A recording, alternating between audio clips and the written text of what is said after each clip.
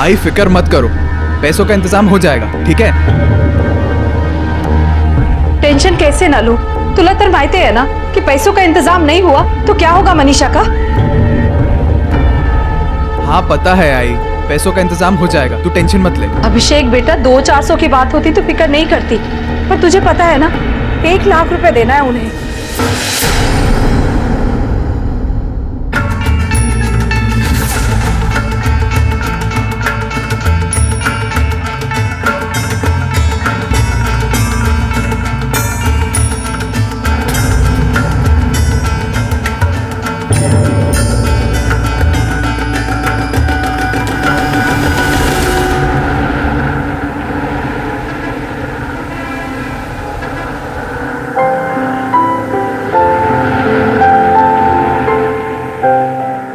आईचा फोन होता।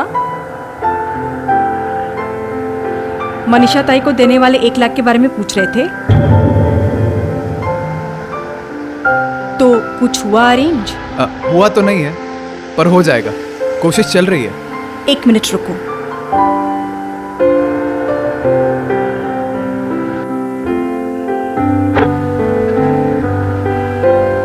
ये लो 50,000 है, बाकी का कुछ अरेंज कर लेंगे।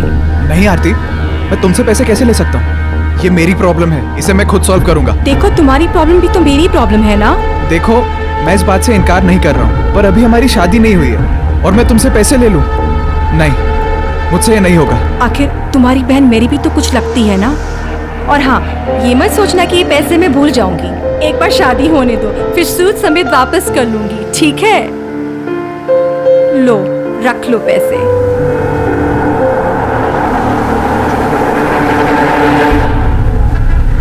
सच और अच्छाई की जीत तभी संभव है जब उसके पीछे विवेक और किसी भी कीमत पर गलत के सामने ना झुकने की दृढ़ सोच हो, वरना ईमानदारी और अच्छाई की राह पर चलते हुए इंसान को भी कभी कभी बुराई अपनी चपेट में ले सकती है, उसे नुकसान पहुंचा सकती है। हमारा आज का केस भी कुछ ऐसा ही है, जहां रिश्तों में एक दूसरे का फायदा उठाया जाता है। किसी की अच्छाई, उसकी भलमनसाहत को उसकी कमजोरी समझकर उसका शोषण होता है और धीरे धीरे जिंदगी गुनाह का शिकार बन जाती है। आई, आई दरवाजा खोलो। आई, अरे हुआ क्या? तू इतनी घबराई हुई क्यों है?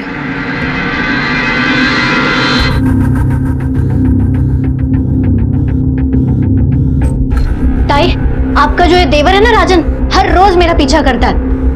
नल, तू क्या बोल क्या रही है तू? मैं सही बोल रही हूँ, इसकी नीयत है ना मुझे ठीक नहीं लगती है।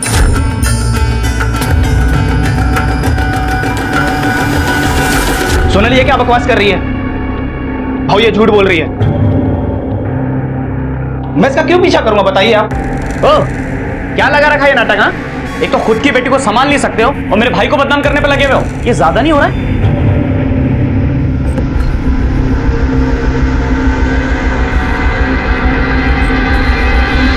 क्योंकि सारे पैसे मनीषा के इलाज के लिए लग रहे हैं, तुझे खर्चे के पैसे नहीं मिल रहे हैं, इसीलिए चिढ़ती है मनीषा से। और उस राजन हाँ, वो राजकुमारी बचाना झूठा इल्जाम लगाने को। तुम लोगों को मेरे बात पे भरोसा नहीं है ना? ठीक है, अब करने दो उसको मेरा पीछा, देखना मैं उसको क्या करती हूँ। फिर बोलना नहीं कि मैंने बताया नहीं। सोनल,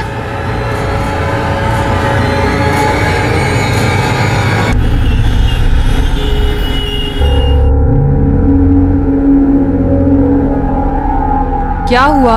क्या सोच रहा है? यही सोच रहा हूँ आई कि तुझे सोनल पे ऐसा चिल्लाना नहीं चाहिए था। वो बड़ी हो गई, बच्ची नहीं रही। चिल्लाती नहीं तो क्या करती? मनीषा का क्या होगा सोचा है कभी?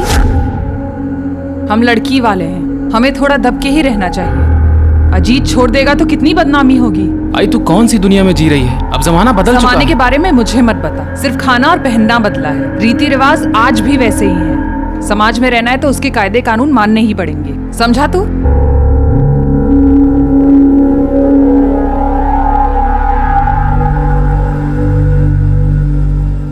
ये लो आई, पूरे 1 लाख हैं, दे दो मनीषा ताई को और निभाओ अपने रीति रिवाज।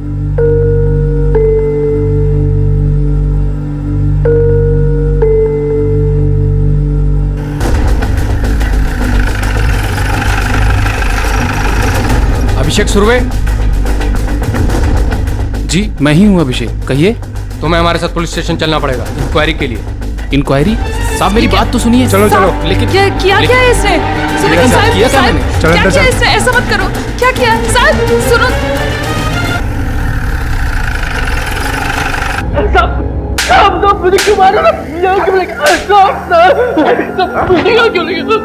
पहले अपने कलीग दोस्त राजीव दुबे का सामान चोरी करता है और उसके बाद बोलता मैंने क्या किया। मैंने कोई सामान चोरी नहीं किया साहब। ये इनोसेंट बनने का नाटक बनकर 3 दिन पहले जहाँ चोरी हुई थी वहां पर तेरे फोन की लोकेशन दिख रही है। इसका मतलब तू भी चोरी में शामिल था। सर मेरे साथ एक लड़का अभिषेक सुरवे काम करता है। उसको हमेशा पैसे की जरूरत रहती है। उसने कितनी बार उधार लिया सर। बेशक उसने लौटाया लेकिन जरूरत तो उसे हमेशा रहती है। और सिर्फ उसी को मालूम था कि मैं डिलीवरी के लिए कहाँ कहाँ जा रहा हूँ और मेरे पास क्या क्या सामान है। बोल चोरी का माल किधर है? पैसे की जरूरत होने का मतलब ये तो नहीं होता कि मैं चोर हूँ। पापा के गुजरने के बाद अपने घर को मैं ही देख रहा हूँ सर। मैंने लोगों से उधार लिया और समय से वापस भी किया है। पर यकीन मानिए सर ये चोरी मैंने नहीं की। साहब मेरे बेटे को छोड़ दो। उसने कुछ नहीं किया है। उसने आज तक किसी का एक पैसा नहीं लिया। वो चोरी क्या करेगा साहब? साहब उसे छोड़ दो। मनोज अभिषेक लग गया हो साहब।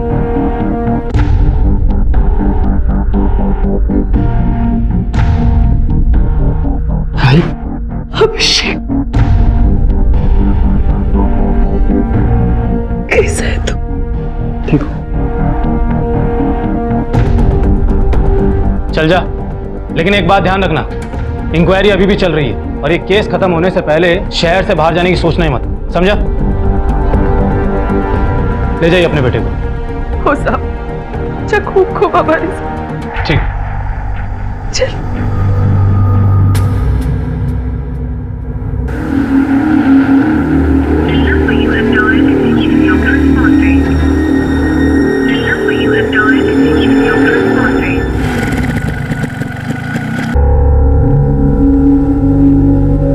आई सुनो ना, अभिषेक को ना अब तक आ जाना चाहिए था।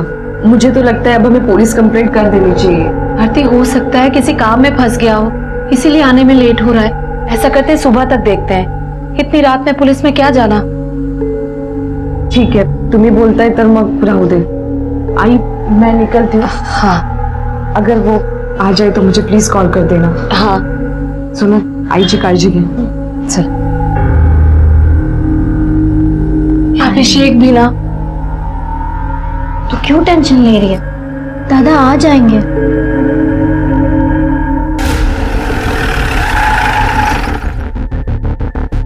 सोनल, सोनल जल्दी कर।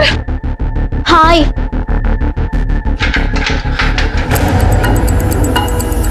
अभिषेक सुरवे यही रहता है? हाँ साहब, पर वो कल रात से लौटा नहीं है। हम दोनों थाने ही आ रहे थे रिपोर्ट लिखवाने के लिए। ठीक है, आप हमारे साथ पुलिस स्टेशन चलिए। बोलिए, कहाँ छुप के बैठा आपका बेटा? ऐसा क्यों पूछ रहे हैं साहब? क्या हुआ? मैं तो खुद आपके पास मदद के लिए आ रही थी। आपको ये नहीं पता कि आपका बेटा ऑफिस का डिलीवरी का सामान चुरा के भागा है, जिसमें 2 लैपटॉप और 2 महंगे मोबाइल फोन थे। चोरी? काहे बोलता है साहब? मेरा बेटा चोर नहीं है, बहुत ईमानदार है वो, बहुत मेहनती है वो। सर, ये लड़की आई काय झालं? तुम कौन हो? आरती। मेरे बेटे अभिषेक की मंगेतर है साहब। तुम्हें तो पता ही होगा ना कि उसने चोरी क्यों और कैसे की। सर वो ऐसा इंसान नहीं है। वो चोरी चकारी नहीं कर सकता। वो तो बेचारा पेट्रोल के पैसे बचाने के लिए भी कड़ी धूप में कितना पैदल चलता था। सर मुझे तो लगता है उसके साथ कुछ ना कुछ गलत हुआ है। मैं तो कल ही रिपोर्ट लिखवाने आने वाली थी, लेकिन सर मैं आपके हाथ जोड़ती हूँ, प्लीज उसे ढूंढ लो। भगवान ना करे उसके साथ कुछ गलत हुआ। सर हमने अभिषेक के बारे में जितने भी लोगों से पूछताछ की, सभी का यही कहना है कि अभिषेक ईमानदार मेहनती लड़का है। लेकिन उसके बारे में और एक बात सामने आई है। उसके कलीग ने उसके ऊपर चोरी का इल्जाम लगाया था। हम लोगों ने पुणे में इन्फॉर्म कर दिया है कि अभिषेक लापता है। सतीश, हो सकता है कि पैसों की तंगी की वजह से अभिषेक ने चोरी की हो। इस अभिषेक के बारे में और इन्फॉर्मेशन निकालो। Okay sir. Sir, delivery boy Rajiv Dubey के पास से जो मोबाइल चोरी हुआ था वो इस एड्रेस पे एक्टिव हुआ है।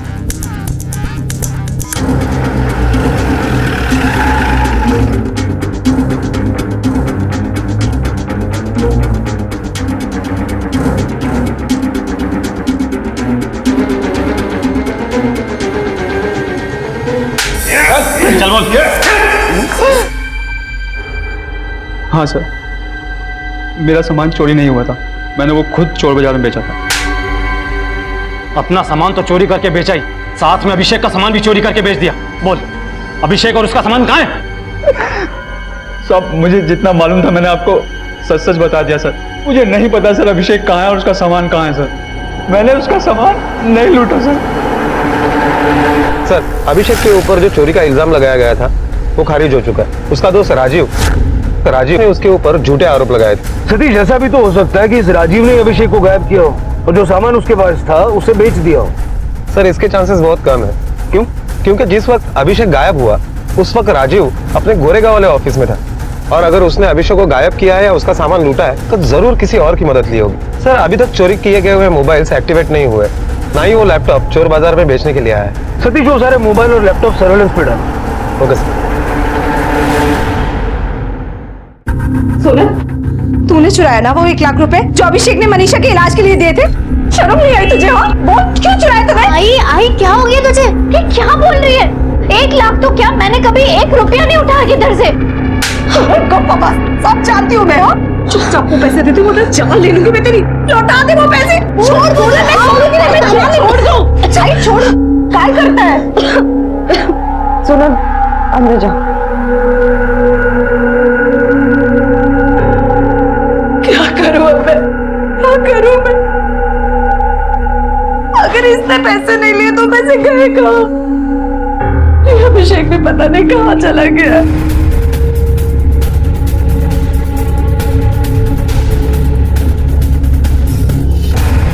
रेखा में कहीं मिला लगा? नहीं सर। चंदे कुछ मिला क्या? नहीं सर, कुछ नहीं मिला। सर, एरिया काफी सुनसान है। अभिषेक के मोबाइल के लास्ट लोकेशन के अलावा यहाँ ऐसा कुछ भी नहीं मिला जिससे ये पता चल सके कि अभिषेक यहाँ आया था। सर, अगर अभिषेक यहाँ आया था तो कम से कम उसकी बाइक तो यहाँ होनी चाहिए। सतीश, लेकिन डिलीवरी का सामान लेके अभिषेक ऐसी सुनसान जगह पे आया क्यों? और अगर यहाँ उसके साथ कुछ हुआ है तो मुमकिन है कि कोई आई विटनेस नहीं होगा। मुझे नहीं लगता कि ये चोरी का या किसी प्रोफेशनल मैटर को लेके कोई मामला है। हो सकता है कि उसकी पर्सनल लाइफ से जुड़ी हुई कोई चीज है। अभिषेक के दोस्तों, रिश्तेदारों, पड़ोसियों सबसे पूछताछ करो, कौन उस पर सबसे ज्यादा खुन्नस खाता होगा सर।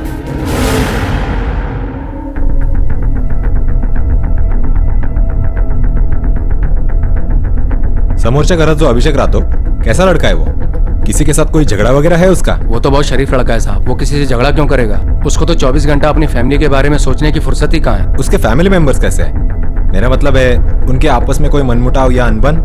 नहीं साहब, लेकिन हाँ साहब, बड़ी लड़की की जो शादी हो गई थी उसके पति के साथ कुछ तो लफड़ा हुआ है। बात पुलिस तक गई थी, लेकिन क्या मैटर हुआ वो मालूम नहीं। Thank you.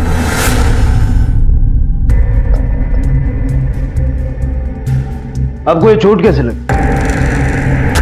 सीढ़ी से गिर गई थी साहब।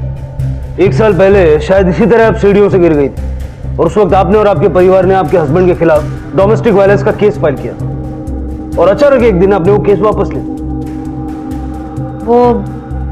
वो घर वालों को गलतफहमी हो गई थी साहब। पुलिस केस को नाटक समझ रखा आप लोगों ने। हमें अच्छी तरह पता है कि वो गलतफहमी थी या कुछ और। जो आदमी अपनी बीवी को पीट सकता है वो उसके भाई को भी नुकसान पहुंचा सकता है। नहीं साहब, देखो मेरा पति मेरे साथ जो कुछ भी करे साहब, वो मेरे भाई को कभी नुकसान नहीं पहुंचाएगा। मतलब तुम मानती हो कि तुम्हारे पति ने तुम्हारे साथ मारपीट की थी? नहीं, वो मेरा मतलब ऐसा नहीं था साहब। ठीक है, जा सकती हो।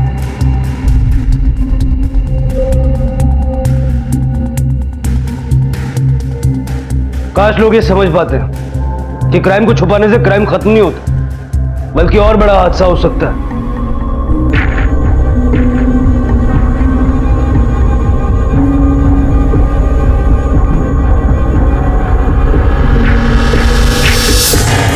सर, इंक्वायरी में शरीफ और किसी के साथ कभी ऊंची आवाज में बात नहीं करने वाले अभिषेक के बारे में एक असलियत सामने आई है।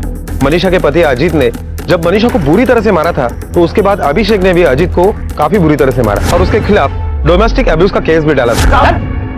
सब मेरे को काय को अंदर करे साहब, मैंने कुछ नहीं किया। जास्त बोलायचं नाही। लेकिन 15 ही दिनों में घर वालों के प्रेशर में आकर अभिषेक ने वो केस पीछे ले लिया। मान लो तुम दोनों मेरी बात और केस वापस ले लो। मनीषा, ऐसे अकेले कैसे कटेगी तेरी जिंदगी? हाँ, तो अपने बारे में नहीं तो सोनल के बारे में सोच। तू ऐसे शादी तोड़ के बैठ जाएगी, कौन करेगा उससे शादी? इसका मतलब हो सकता है कि अजीत ने बदला लेने के लिए अभिषेक को गायब किया। इस अजीत की पूरी हिस्ट्री निकाल, कौन है, क्या करता है, किससे मिलता है और अभिषेक के गायब होने के वक्त ये कहाँ था, सारी डिटेल्स निकाल। Okay sir. अभिषेक एक आदर्श इंसान, भाई और बेटा जो अपने घर में अकेला कमाने वाला था, जिसके बारे में सबकी राय बहुत अच्छी थी, 4 दिनों से लापता था। उसके साथ कब, क्या और क्यों हुआ था, इसकी तस्वीर साफ नहीं थी क्योंकि कोई भी चश्मदीद गवाह नहीं था। अभिषेक का जीजा अजीत संदिग्ध था। दरअसल पुलिस को उसके पूरे परिवार पर शक था क्योंकि हालात भी इस तरफ इशारा कर रहे थे। आई कहना सब मेरे को नहीं मालूम सब अभिषेक के साथ क्या हुआ। मेरे को ये भी नहीं पता उस दिन वो कहाँ गया और क्या कर रहा था। अच्छा, फिर 9 तारीख की दोपहर को 3 बजे तेरा और तेरे भाई का मोबाइल का लोकेशन बांद्रा कुर्ला कॉम्प्लेक्स का क्यों है? मैं बताता हूँ। अभिषेक ने तुझे जेल भिजवाया था और इस बात का बदला लेने के लिए तुम दोनों वहां गए थे। क्या किया अभिषेक के साथ? जिंदा या मार डाला? साहब मैंने अभिषेक के साथ कुछ नहीं किया साहब, आई शपथ। और उस तरफ तो हम दोनों भाइयों का अक्सर आना जाना लगा रहता है क्योंकि जिस फैक्ट्री में हम दोनों काम करते हैं उसका एक ऑफिस उधर भी है साहब। सर,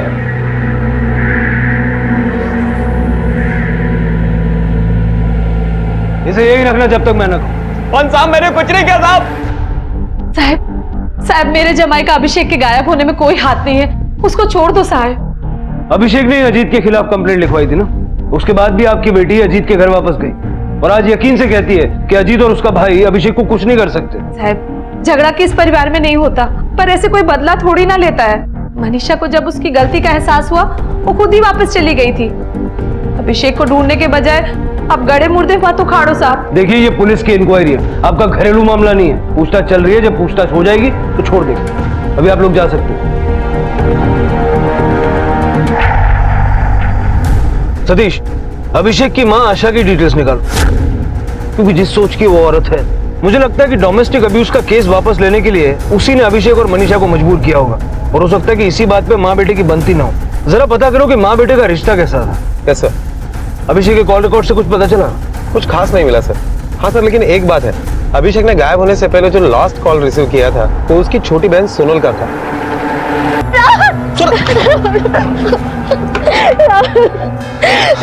कौन था वो?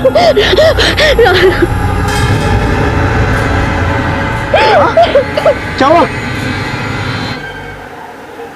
मैंने कितनी कोशिश की कि सब कुछ ठीक हो जाए, पर देखना अजीत ने फिर से मारपीट कर मनीषा को घर से निकाल दिया क्योंकि हम उससे पैसे नहीं दे पा रहे। आई, आप पैसों का टेंशन मत लो, रुको।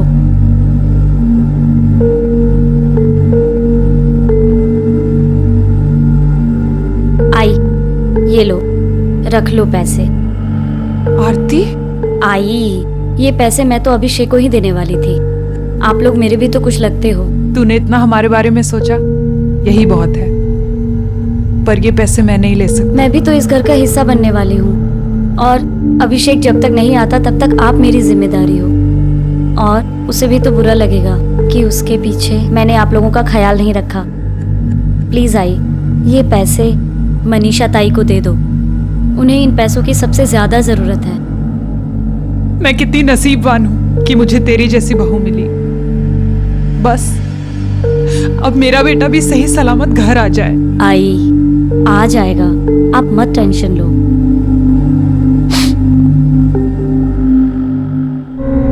कब से पीछा कर रहा है वो मेरा, परेशान कर दिया उसने मुझे।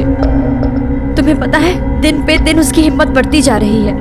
राहुल, मुझे बहुत डर लग रहा है अब। सोनल तुम बिल्कुल भी टेंशन मत लो, मैं हूं ना तुम्हारे साथ। मैं देख लूंगा उसे। तुम्हें पता है ना, मेरे अलावा तुम्हें और कोई नहीं छू सकता। तो smile smile smile smile smile. ये हुई ना बात। 9 तारीख को जिस दिन अभिषेक गायब हुआ, उसके गायब होने से पहले आखिरी कॉल तुमने उसे किया। क्यों किया था तुमने उसे फोन? सर वो मेरे भाई हैं, मैं उनको फोन क्यों नहीं कर सकती? बिल्कुल कर सकती हो, लेकिन हमें पता है कि काफी टाइम से तुम दोनों में कोई बातचीत नहीं थी। 1 महीने में उसके नंबर पे तुम्हारा एक भी कॉल नहीं है, फिर अचानक ऐसा क्या काम आ गया? देखो अपने तरीके से बता दो, वरना हमें अपना तरीका अपनाना पड़ेगा। सर वो दादा ने मुझे राहुल के साथ देख लिया था। राहुल मेरा बॉयफ्रेंड है। सोनल मुझे सब पता है तेरा क्या चल रहा है राहुल के साथ। देख बंद कर ये सब और अपनी पढ़ाई पे ध्यान दे। और अपने पैरों पे खड़ी हो, वरना देखा है ना मनीषा ताई का क्या हाल हुआ है, तेरा भी वही हाल होगा। दादा मैं ना अपना खुद देख लूंगी, आप अपना देखो, मेरी टेंशन मत लो। और हाँ, मनीषा ताई की तरह ना मैं आपके पास रोने नहीं आऊंगी। सर दादा ने बीच में पढ़ना बंद ही नहीं किया, इसलिए मैंने उनको फोन किया कि मुझे उनसे मिलके बात करनी है कि वो मेरे मामले में टांग ना अड़ाएं। पर बात करने से पहले वो भाग गए। भाग गए मतलब? सर सबको ऐसा लगता है कि दादा भगवान है, कोई सुपर हीरो है, जैसे वो सब कुछ ठीक कर लेंगे, पर वैसा नहीं है। वो भी हम जैसे ही हैं। वो ऊपर से स्ट्रांग बनते हैं पर छोटी छोटी बात पे घबराते हैं। हाँ आरती, थक गया हूँ मैं। इतनी कोशिश करता हूँ, इतनी मेहनत करता हूँ, फिर भी कुछ नहीं हो पाता है। हार चुका हूँ मैं। ऐसा मन करता है इन सब चीजों को छोड़ के कहीं दूर भाग जाऊं। सर मुझे तो लगता है दादा डर के भाग गए, वरना अगर वो यहाँ होते तो आपको कोई ना कोई खबर तो लगती उनकी। क्या समझती तू अपने आप को? पुलिस को क्यों बोला कि अभिषेक भाग गया है? भागा नहीं है तो किधर है बोलना। अब तो अपने बेटे के महान होने से बाहर निकल आई। वो भी हम दोनों की तरह इंसान है। मुझे तो लगता है दादा ही वो 1 लाख रुपए लेकर चले गए। अरे वो उसके ही पैसे थे, अपने पैसे क्यों चुराएगा वो? क्योंकि आई तूने उसका जीना हराम कर दिया। कभी तूने उससे पूछा कि वो कैसा है? बस पैसे चाहिए बोल दिया। अरे कभी सोचा है कि वो पैसे कहाँ से लाएगा? पैसे छापने की मशीन समझा ना तूने उसको। तेरी वजह से भागा है, तूने मजबूर किया उसे आई भागने के लिए। क्या बोली तू? मैंने मेरे बेटे को भगाया है? हाँ, मेरी वजह से भागा मेरा बेटा, मेरी वजह से भागा है वो। क्या बोली तू? पागल हो गई है क्या? हाँ हाँ, तेरी वजह से भागा है वो। और सिर्फ वही नहीं, मुझे तो लगता है बाबा भी तेरी वजह से तंग होकर मर गए। आई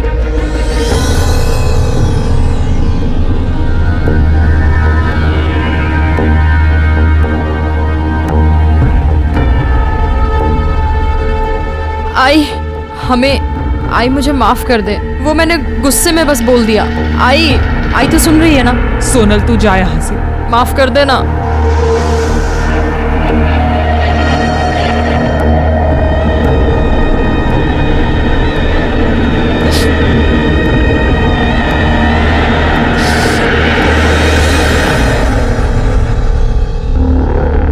आरती, तुमने हमें ये कभी क्यों नहीं बताया कि अभिषेक अपनी घर वालों की जिम्मेदारियों से दुखी था और घर छोड़ के भागना चाहता?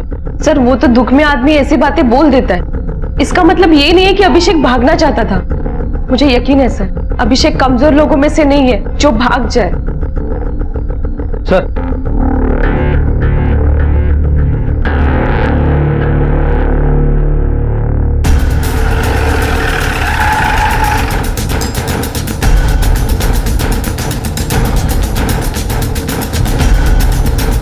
तुमने देखा किसी को ये बाइक पार्क करते हुए? सर यहाँ पे रोज इतने सारे लोग बाइक पार्क करते हैं, अब हर किसी की शक्ल याद नहीं रहती सर। तुम्हारे यहाँ सीसीटीवी कैमरा है? सीसीटीवी तो है लेकिन खराब पड़ा है सर वो। ठीक है, जाओ। सतीश, अभी हमारे पास कोई तरीका नहीं है जिससे ये पता लगे कि ये बाइक यहाँ पर अभिषेक ने पार्क किया या किसी और ने। अगर अभिषेक भागा है तो उसे बाइक यहाँ पार्क करने की क्या जरूरत पड़ी? 90% चांसेस है कि ये काम किसी और ने किया है। जरा बाइक पे देखो, फिंगरप्रिंट्स मिलते क्या, हो सकता है हमारी उससे कुछ मदद हो जाए। Okay sir. अभिषेक को गायब हुए काफी वक्त बीत चुका था और बीतते वक्त के साथ पुलिस को उसके जिंदा मिलने के आसार भी कम लगने लगे थे। वहीं दूसरी तरफ उसका परिवार बिखरता जा रहा था। पुलिस को अब तक जितने भी सुराग मिले थे उसके मुताबिक कोई भी घर वाला उसकी गुमशुदगी का कारण हो सकता था। सब अपने अपने समीकरणों और अपनी मजबूरियों के अधीन थे और पुलिस इस तहकीकात में दिन रात एक कर रही थी। पर वहीं दूसरी तरफ अभिषेक के घर में कुछ ऐसा चल रहा था जिससे पुलिस अनजान थी। घर के अंदर के लोग ही जुर्म को बढ़ावा दे रहे थे, जो कि बहुत विनाशकारी हो सकता था।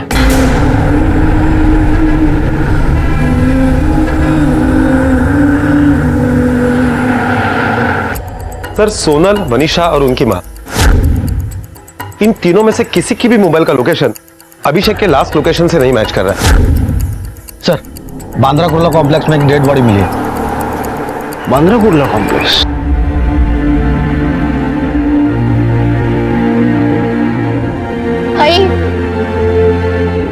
आई दरवाजा खोलो।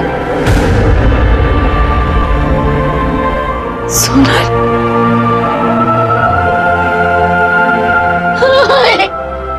सोनल क्या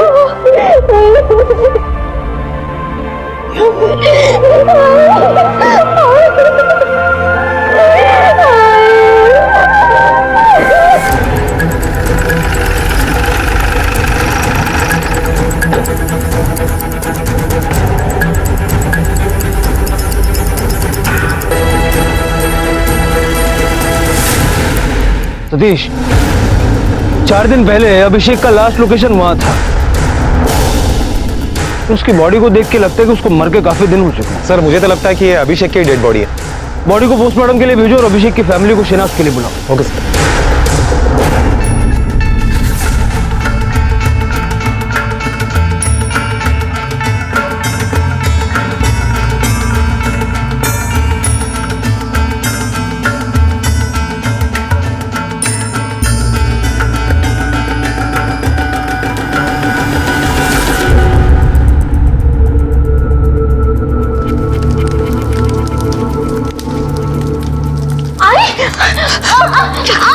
आई ये कपड़े क्यों जला रही है? ये कपड़े पुलिस कंप्लेन में मेरी मदद करने वाले थे। आई कि मैं सच बोल रही हूँ आई कि राजन ने मेरा रेप किया है। चुप, एकदम चुप। ये बात तेरी जबान पे कभी आनी नहीं चाहिए। और भूल जा पुलिस। मैंने अजीत और राजन से बात कर ली है, सब कुछ ठीक हो जाएगा अब। आई क्या ठीक हो जाएगा? ये क्या बोल रही है तू? आई तूने इसको इधर क्यों बुलाया? बोलना। मैं अपनी गलती ठीक करना चाहता हूँ, सोनल से माफी मांगकर, इससे शादी करके। देख सोनल, वो अपनी गलती ठीक करना चाहता है, शादी करना चाहता है तुझसे। आई पागल हो गई है क्या तू? मैं इससे शादी नहीं करूंगी। देख सोनल, अगर तूने शादी से मना किया ना तो मैं जाकर पुलिस में बोल दूंगी कि मेरी अलमारी से जो 1 लाख रुपए चोरी हुआ है वो तूने किया है, समझी तू? इसलिए जो कहती हूँ वो चुपचाप कर।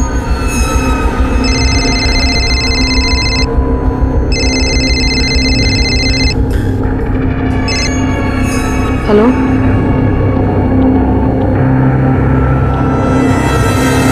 सतीश, पोस्टमार्टम रिपोर्ट के हिसाब से अभिषेक के सर पे इतने जबरदस्त वार किए गए कि उसी से उसकी मौत हो गई। उसके बाद में उसकी लाश को झाड़ियों में फेंक दिया गया। मौत का समय 9 तारीख को दोपहर 3 से 5 का है। बाइक से फिंगरप्रिंट्स मिले? नहीं सर, हो सकता है कि जिसने खून किया वो पूरी प्लानिंग में आया हो, उसने ग्लव्स पहने थे और इसीलिए अभिषेक के फिंगरप्रिंट्स के अलावा किसी और के फिंगरप्रिंट्स नहीं मिले। मत रो आरती, होनी को कौन टाल सकता है? रो मत बेटा, रो मत। चुप हो जा आरती, चुप हो जा। आई रडू दे तिला, रो ले जितना रोना है आज के दिन, क्योंकि आज के बाद तुझे कभी रोना नहीं पड़ेगा। पनोती थी वो फैमिली तेरे लिए, उन लोग के साथ तू कभी खुश नहीं रह पाती। चुप कर, तुला क्या अक्कल है कि नहीं? अरे समय देख के तो बातें किया कर। आई अरे सच बोलने के लिए कौन सा टाइम देखा जाता है? बेकार में रो रही है ये। मुझे तो अच्छा लग रहा है कि वो मर गया, नहीं तो ये भी उन लोग के लिए करते करते मर जाती और किसी को फर्क भी नहीं पड़ता।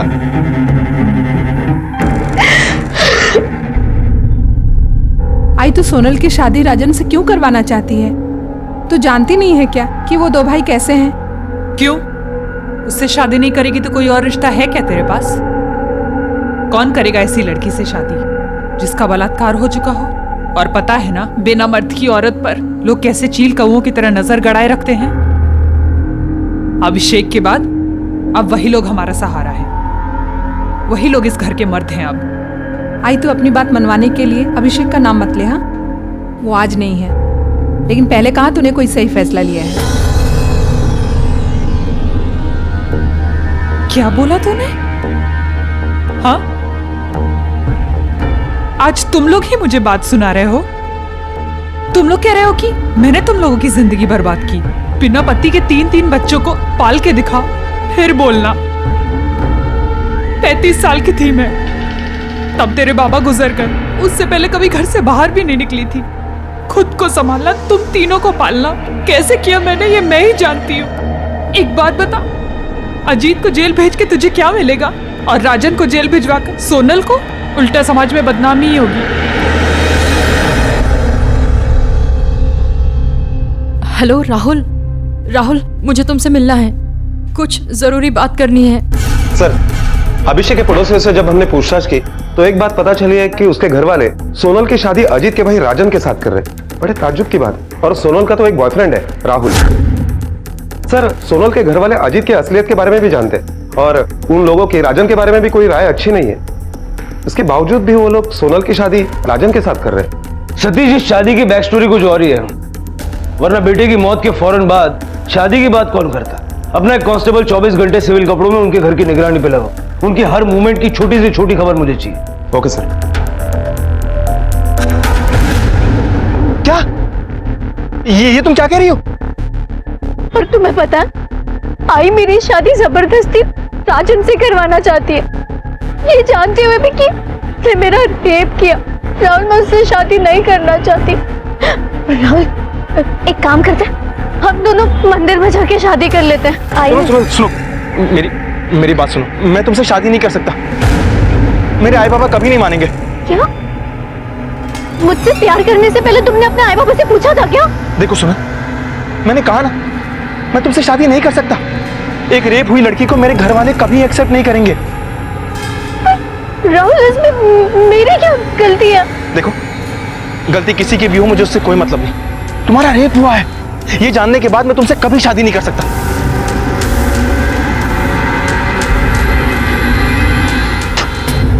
घिन आ रही है मुझे तुम पे। अब तुम क्या? मैं ही तुमसे शादी नहीं करूंगी।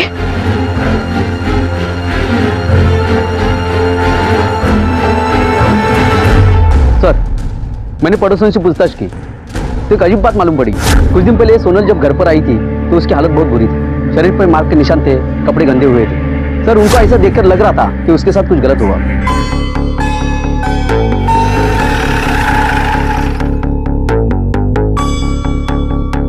देखिए, क्या तुम्हें अब भी नहीं लगता कि हमें सब कुछ सच बता देना चाहिए?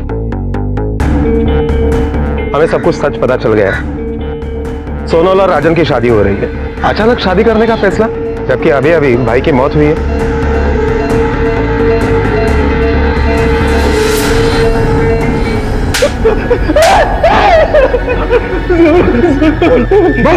बोलता साहब, बोलता साहब, वो सोनल है ना साहब, उसका रेप किया था मैं।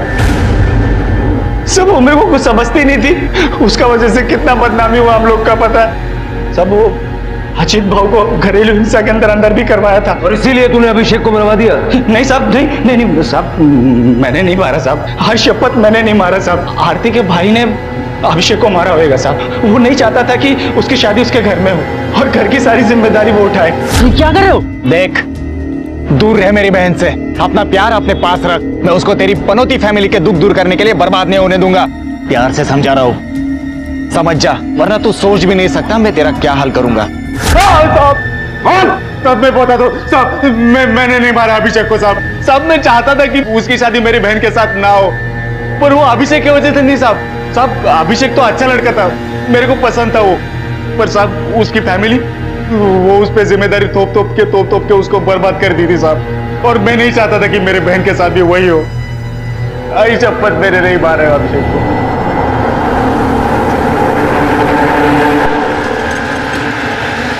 साहब, मेरी बेटी सोनल कल दोपहर से गई है और अभी तक वापस नहीं आई। मुझे तो बहुत डर लग रहा है कहीं वो खुद को कुछ कर ना ले। साहब, आपको कुछ अंदाजा है वो कहाँ जा सकती है? उसका कोई दोस्त या सहेली वगैरह? साहब, उसके दोस्तों के बारे में मुझे कुछ मालूम नहीं है। सर, सोनल का फोन अभी भी स्विच ऑफ ही आ रहा है। उसके कॉल रिकॉर्ड के मुताबिक उसने आखिरी फोन अपने बॉयफ्रेंड राहुल को किया था, तभी से सोनल गायब। सर, मेरे को नहीं मालूम वो कहाँ गई। उसने तुझे फोन किया था, क्या बोली वो फोन पे तुझसे? मिली थी तुझसे? हाँ सर, वो मुझसे मिलने आई थी और शादी करने के लिए प्रेशर दे रही थी। पर सर, उसका रेप हुआ ये सुनने के बाद मैं उससे कैसे शादी कर सकता था? तुझे कैसे पता चला उसका रेप हुआ है? सर, वो मुझसे खुद बोल रही थी कि हम लोग शादी कर लेते। मैंने मना कर दिया और वो वहां से चली गई। सर, उसके बाद मुझे नहीं मालूम कि वो कहाँ गई। हेलो, हाँ,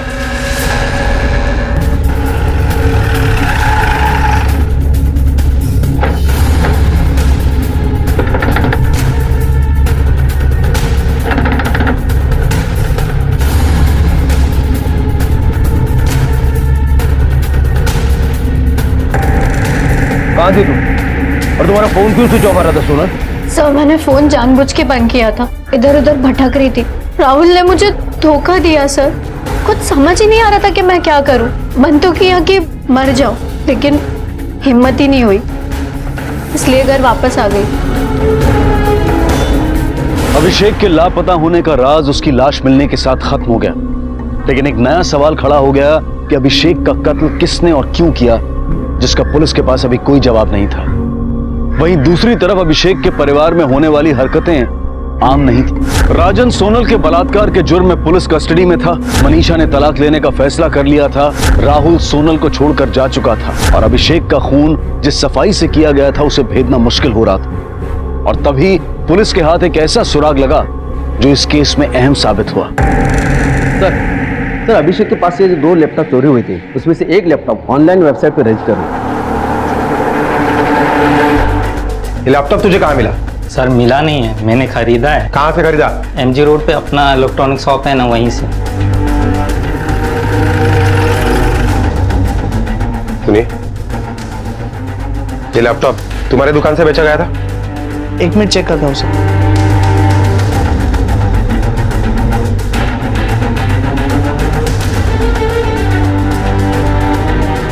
हाँ साहब, ये लैपटॉप हमारी दुकान से लिया गया है। जिस दिन ये लैपटॉप तुम्हारे दुकान से बेचा गया उस दिन के CCTV फुटेज मुझे चाहिए।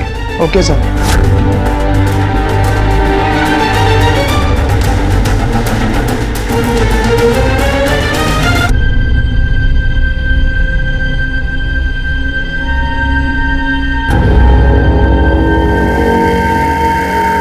सर, सोनल ने मुझे बताया था कि अभिषेक को एक बार चोरी के इल्जाम में पुलिस उठा के लेके गई थी। मेरे घर वालों ने भी मुझे पैसा देना बंद कर दिए थे और सट्टेबाजी में भी मैं बहुत पैसे हार गया था। तभी मेरे को आइडिया आया। मैंने सोचा कि अभिषेक महंगे मोबाइल्स और लैपटॉप डिलीवर करता है। अगर मैं उसे लूट कर कहीं गायब कर दूं तो सारा इल्जाम उसी पर आ जाएगा।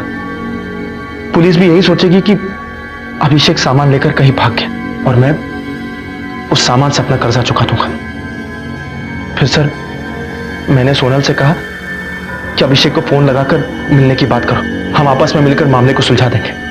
फिर मैंने ही कुछ देर बाद सोनल से फोन करके कहा कि मुझे कुछ जरूरी काम आ गया है, इसलिए हम आज मिल नहीं सकते। मैंने अपना फोन स्विच ऑफ करके उससे अकेले मिलने चला गया। अभिषेक भाई, अभिषेक भाई,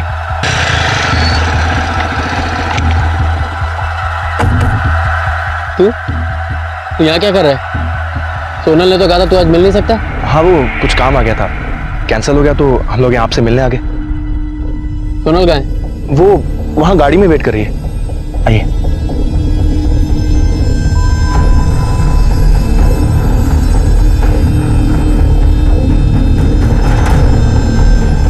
सर, मैं उसे वहां लेकर गया और उसके सर पे लोहे की रॉड मारी।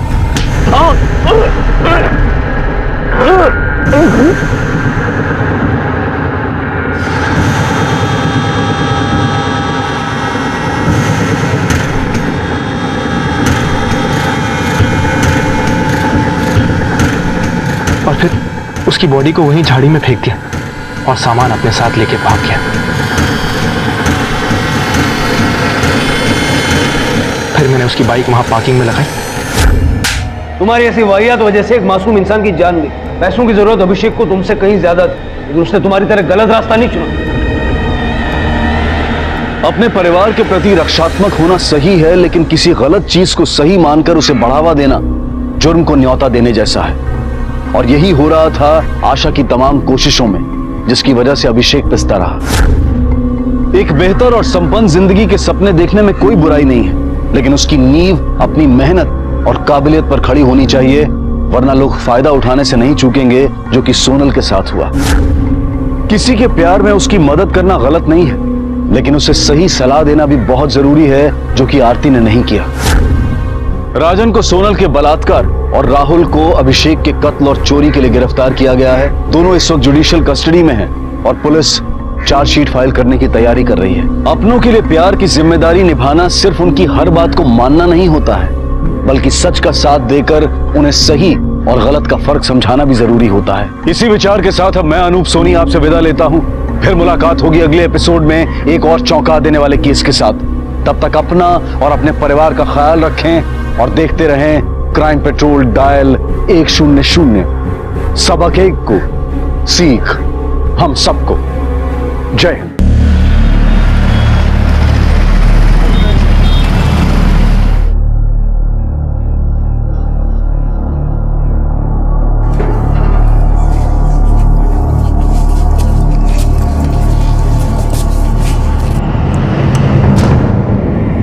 मम्मी घर पे नहीं है। कहाँ गई मम्मी? तू रुक, मैं शीला आंटी से चाबी लेके आती हूँ। आप जिस नंबर को डायल कर रहे हैं वो इस समय स्विच ऑफ है। मम्मी का नंबर ऑफ आ रहा है। पापा को लगाओ ना दी। हाँ। एक सेकंड। हेलो। हेलो पापा। एक मिनट रुको। एक्सक्यूज मी सर, एक मिनट। कितनी बार समझाया है काम के टाइम पे फोन मत किया करो। सॉरी पापा। जल्दी बोलो क्या है। पापा 3 घंटे हो गए, मम्मी घर पे नहीं आई है और उनका फोन भी बंद आ रहा है। आ जाएगी तुम्हारी मम्मी, कहीं गई नहीं है, ठीक है? अब दोबारा काम के टाइम पे फोन मत करना। चलो फोन रखो।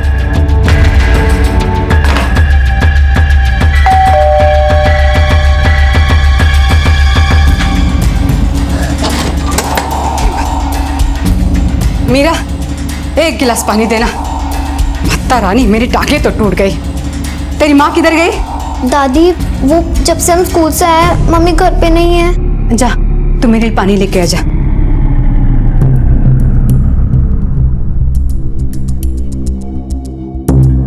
पानी। जा दादी से पूछ खाना लगा कि नहीं।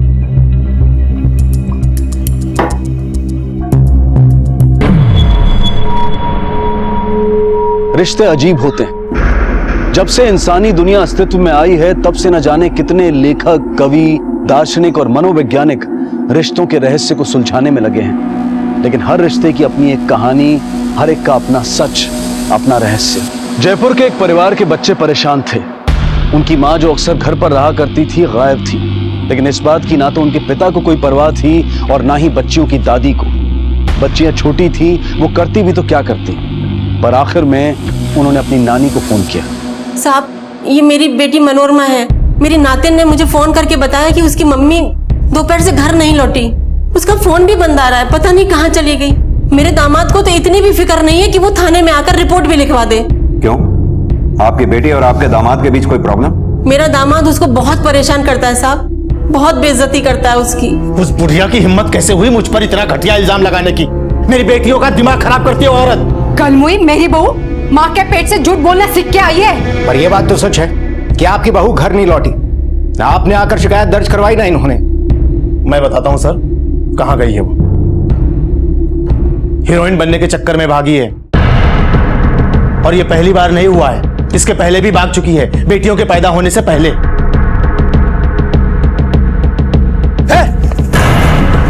कहां जा रही है तू? बम्बई हीरोइन बनने। कब तक ऐसे जीऊंगी? तेरी शादी हो चुकी है। तो माधुरी दीक्षित भी तो शादी के बाद काम करती है, फिर मैं क्यों नहीं? सब झूठी बातें हैं साहब, मेरी बेटी ऐसी नहीं है। साहब देखिए, ये सब उसी का है। फिल्म और टीवी सीरियल का भूत सवार था उसके सर पर। अब साहब, इस उम्र में आकर कौन सी ऐसी लड़की है जो इस तरीके की पत्रिकाएं नहीं पढ़ती? और मैंने तो आज तक नहीं सुना साहब कि फिल्मी पत्रिकाएं पढ़ के कोई लड़की घर से भाग गई हो। 34 साल की है साहब मेरी बेटी, 2 बच्चियों की माँ है। उसे अपनी जिम्मेदारियों का पूरा एहसास है साहब। मेरी बेटी पागल थोड़ी है साहब जो ऐसे ही घर बार छोड़कर भाग जाएगी। और मान लो साहब कि उसने ऐसा करने की कोशिश की भी होगी तो वो सिर्फ इसलिए कि वो लोग उसके ऊपर बहुत अत्याचार करते हैं। क्यों करते हैं अत्याचार? कोई खास वजह? साहब, मेरे दामाद से उसकी खूबसूरती बर्दाश्त नहीं होती। साहब, मुझे आज भी वो दिन याद है जब मेरी बेटी घर आई थी।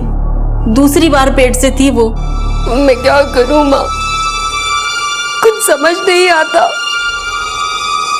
प्यार जरा भी नहीं है। दोनों माँ बेटे हर वक्त मुझे सताते हैं। अब तो मारने भी लगे हैं। मेरी हर बात में नुक्स निकालते हैं माँ। जब वो तुझे इतना मारता है तो फिर तू दोबारा पेट से क्यों? मैं क्या करती माँ, मेरे साथ जबरदस्ती करते हैं। मेरी तबीयत ठीक हो या ना हो उन्हें कोई फर्क नहीं पड़ता। मैं हो गई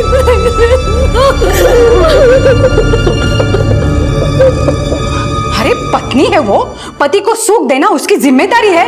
सर बलात्कारी तो है ऐसा शारीरिक संबंध। देख लीजिए साहब, माँ की ऐसी सोच तो बेटी कैसी होगी। दिन भर टीवी के सामने बैठे रहते हैं, कभी ये पिक्चर कभी वो पिक्चर। साहब मैं आपको बताती हूँ, एक दिन हमारे शहर में शूटिंग चल रही थी और ये महारानी घर का सारा काम धाम छोड़कर चली गई शूटिंग देखने। शूटिंग ही तो देखने के लिए गई थी। अरे गुनाह समझते क्या आपने? क्या समझते? आप लोगों की तू मैं में कोई दिलचस्पी नहीं है हमारी। हमारा काम हम पे छोड़ दीजिए। लता लेके जाओ इन्हें। चलो उठो, चलो चलो। सर ये बात तो साफ है कि मनोरमा की ना अपने पति से बनती है ना सास से। कहीं ऐसा तो नहीं कि माँ बेटे ने मिलकर ही कुछ किया हो और फिर भागने की कहानी बना रहे हैं। अंकल मम्मी हमें छोड़ के कभी नहीं जा सकती हैं। बेटा आप इतने यकीन के साथ कैसे कह सकते हो? अंकल क्योंकि वो दुनिया की बेस्ट मम्मा है। अच्छा तो अब आप बच्चों की बात पे भरोसा करेंगे? इतना दिमाग होता ही नहीं? अपनी माँ की नौटंकी को समझ पाने की समझ होती है इनमें? साहब वो कल हुई पिक्चर की इतनी दीवानी अपने बच्चों का नाम करिश्मा करीना रखने वाली थी।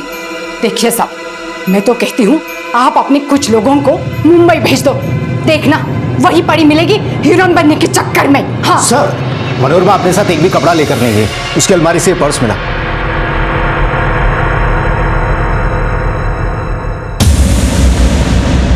ये घर खर्चे के लिए पैसे हैं, मैं देता था उसको। अजीब बात नहीं है, आपकी बीवी मनोरमा घर छोड़ के गई और पैसे नहीं लेके गई। लगता है आप दोनों कुछ छुपा रहे हैं हमसे, लेकिन हमें सच पता करने में ज्यादा देर नहीं लगेगी।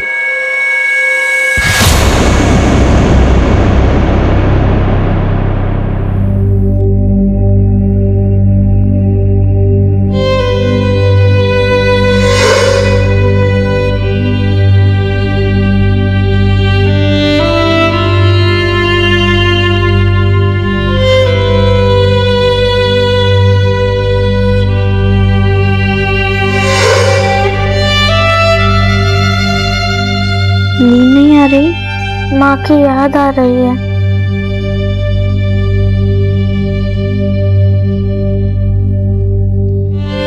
दीदी क्या पापा ने सच में कुछ किया होगा मम्मी को?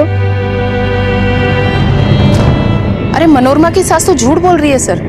मनोरमा तो अपनी बेटियों को कलेजे से लगा के रखती थी। मनोरमा अगर अपनी बेटियों के लिए कुछ करती तो उसका पति हमेशा लड़ने को तैयार।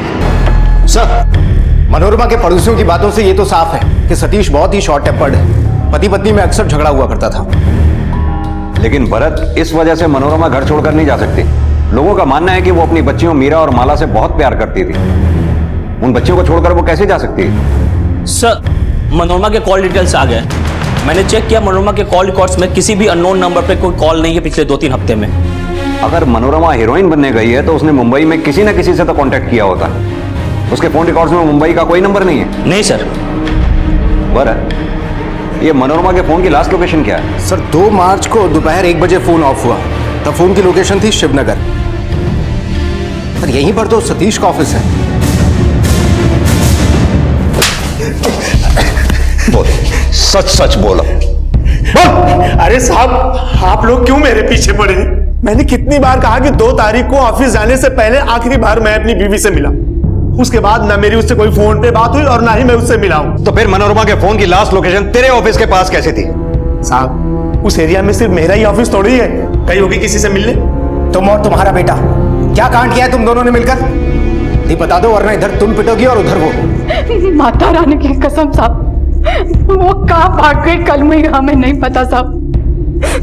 घर में थी तभी मुसीबत और भाग गई तो भी आफत। पता नहीं साहब हमें सब। तू इतने यकीन के साथ कैसे कह सकता है कि मनोरमा भाग गई? ना वो पैसे लेके गई, ना वो कपड़े लेके गई, ना किसी ने उसको बस स्टैंड पे देखा, ना ही रेलवे स्टेशन पे देखा और ना ही उसने कोई टैक्सी हायर की। वो चालाक औरत है, पूरी प्लानिंग के साथ भागी है। हमें तो सारी प्लानिंग तेरी लगती है। हो सकता है तूने उसे ऑफिस में बुलाया और वहीं से उसे गायब कर दिया हो। सैनी सर इसकी तब तक खातिरदारी करो जब तक ये सच ना बोले। सर अरे साहब यकीन करो हमारा। अरे ये सतीश और सरस्वती के फोन रिकॉर्ड्स निकलवाओ। पता करो पिछले 1 महीने में इन्होंने किस किस से बातें की। मुझे नहीं लगता ये सिर्फ एक मिसिंग केस है, जरूर इसके पीछे कोई साजिश है। एक तरफ पुलिस को शक होने लगा था कि जो नजर आ रहा है इस केस में सच उतना ही नहीं है। सच की बहुत सी परतें अभी खुलनी बाकी थी। बहुत सारे राज छिपे थे मनोरमा के गायब होने में। मनोरमा और उसके पति का रिश्ता एक ऐसी अनबुझ पहेली बन चुका था जिसे पुलिस सुलझा ही नहीं पा रही थी। सर, ये रही मनोरमा की सास सरस्वती और पति सतीश के फोन की लोकेशन डिटेल्स। तीनों का फोन 2 मार्च को दोपहर 1 से 2 बजे के बीच सतीश के ऑफिस के आसपास ही था। उसके बाद 2 बजे मनोरमा का फोन ऑफ हुआ और उसके बाद में सरस्वती और सतीश के फोन की लोकेशन शिवनगर से जनता नगर की तरफ शिफ्ट हुई। भरत, कहीं ऐसा तो नहीं इन्होंने मनोरमा को सतीश के ऑफिस में बुलाकर उसके साथ कुछ किया हो और फिर उसकी लाश को जनता नगर के पास कहीं छुपा दिया हो? हेलो, क्या? ठीक है, हम आते हैं। सर, सरस्वती का फोन था। मीरा और माला दोनों गायब हैं। साहब, स्कूल 1 बजे छूटता है, दोनों 1:30 बजे तक घर आ जाती है। अब 4 बज गए। मैं स्कूल होकर भी आई, चौकीदार बोला कि वो दोनों 1:15 बजे वहां से निकली है। सर, निर्माण नगर थाने से ये फैक्स आया है। वहाँ पे सतीश और सरस्वती के खिलाफ प्रॉपर्टी की जालसाजी का केस दर्ज हुआ है और वारंट भी इशू हुआ है। सर, यही वो आदमी जो अपने गुंडे लेकर आया और हमारा सामान बाहर फेंकने लगा। बाहर करो सबको, फ्लैट्स पे कब्जा करके बैठे। निकालो, जल्दी भगाओ। देखो, अगर तुमने अपने आदमियों को नहीं रोका ना तो हम लोग पुलिस के पास जाएंगे। चोर पुलिस को बुलाने की बात कर रहे हैं? तुझे थाने चलना है ना? वाह, हो रही मेरी गाड़ी, चला। वाह, ये लोग झूठ बोल रहे हैं साहब। ये सभी फ्लैट्स मेरे नाम से रजिस्टर्ड है। मैं दुबई में रहता हूँ। यहाँ इन्वेस्टमेंट के लिए 4 फ्लैट्स मैंने खरीद लिए थे और ये लोग उसमें घुसकर बैठे। हम लोग का चोर चक्के हैं। खून पसीने की कमाई से खरीदे हमने वो फ्लैट। देखिए, शांत हो जाइए।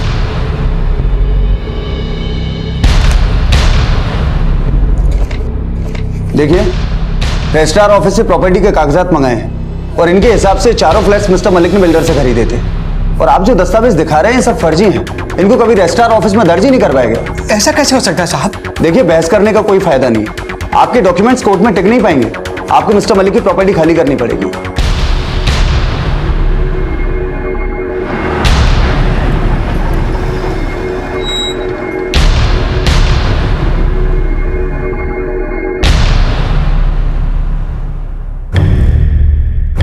हे भगवान, शनि का फेरा पड़ गया क्या? और एक मुसीबत। साहब, कौन सा फ्लैट? हमने किसी को धोखे से फ्लैट नहीं बेचा है। सतीश, तुम प्रॉपर्टी का बिजनेस करते हो ना? और गायत्री हाउसिंग सोसाइटी के फ्लैट बेचने का काम भी तुम करते थे। हाँ साहब, करता हूँ, लेकिन हमने धोखे से किसी को फ्लैट नहीं बेचा है। देखिए साहब, मेरा बेटा 12 साल से इस लाइन में काम करता है। आज तक किसी ने उंगली तक नहीं उठाई इसकी तरफ। ये सब उस कन्वोई का काम है। हाँ, इल्जाम लगा रहे हैं साहब वो मेरी बेटी पर। चौका चूल्हे से बाहर तो उसे कभी निकलने नहीं दिया। वो प्रॉपर्टी के इस कारोबार को कहाँ समझेगी? अगर जलसा आपकी बहू ने की है तो डॉक्यूमेंट्स पर आप दोनों के साइन क्यों है? ये सब उसने धोखाधड़ी से किया है। 2 मार्च को 1 से 2 बजे के बीच मनोरमा के फोन की लास्ट लोकेशन थी सतीश के ऑफिस का एरिया। उसी दौरान सतीश और उसकी मां सरस्वती भी वहीं थे, जिसके बाद दोनों मां बेटे जनता नगर गए। और सर, उससे ठीक 1 दिन पहले यानी 1 मार्च को सतीश और उसकी मां के नाम से मिस्टर मलिक के फ्लैट्स 4 अलग अलग फैमिलीज को बेचे गए, फर्जी कागजात बनाकर। सर, 2 मार्च को मनोरमा गायब हुई और 15 मार्च को बेटियां। कहीं ऐसा तो नहीं 1 मार्च को सतीश ने जो फ्रॉड किया था उसकी भनक मनोरमा को लग गई हो और अगले ही दिन 2 मार्च को मनोरमा ने सतीश के ऑफिस जाकर सतीश और उसकी मां सरस्वती से बहस की हो, जिसके बाद पकड़े जाने के डर से सतीश और उसकी मां सरस्वती ने मनोरमा के साथ कुछ कर दिया हो। उसके बाद में दोनों बेटियों को मालूम हो गया हो कि उनकी मां के साथ में क्या हुआ, तो उन्होंने दोनों बेटियों को गायब कर दिया। लेकिन सर, सतीश और सरस्वती तो इस बात से ही इनकार कर रहे हैं कि उन्होंने किसी के साथ में धोखाधड़ी की है। एक तरीका है हमारे पास ये पता करने का कि फ्लैट्स बेचे किसने। चलो। अरे साहब, रोज रोज क्यों पुलिस स्टेशन लेकर आते हैं? कितनी बार कहूं, हमने कुछ नहीं किया है साहब।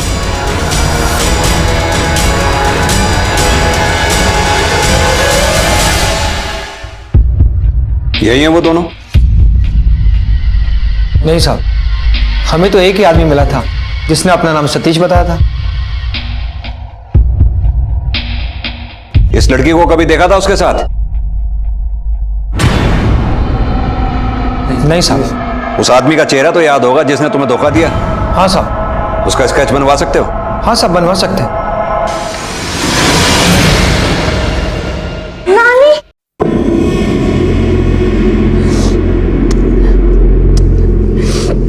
कहाँ चली गई थी तुम दोनों? नानी, वो हम मम्मी को ढूंढने चले गए थे। पापा और दादी ने मम्मी का सामान बाहर फेंक दिया था और दादी कह रही थी कि वो हमारे लिए नई मम्मी लाएंगी। नई मम्मी? बेटा आप लोगों ने देखा है नई मम्मी को? नहीं अंकल। ठीक है श्यामा जी, बच्चों को आप ले जा सकती हैं।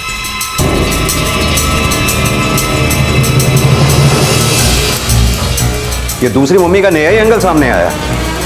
पता करो ये बात गुस्से में कही गई थी या बाकी इन लोगों की कोई प्लानिंग थी। और सतीश और सरस्वती के फोन रिकॉर्ड्स और फोन की लास्ट लोकेशन दोबारा से चेक करो, हो सकता है हमारी नजर से कुछ चूक गया हो।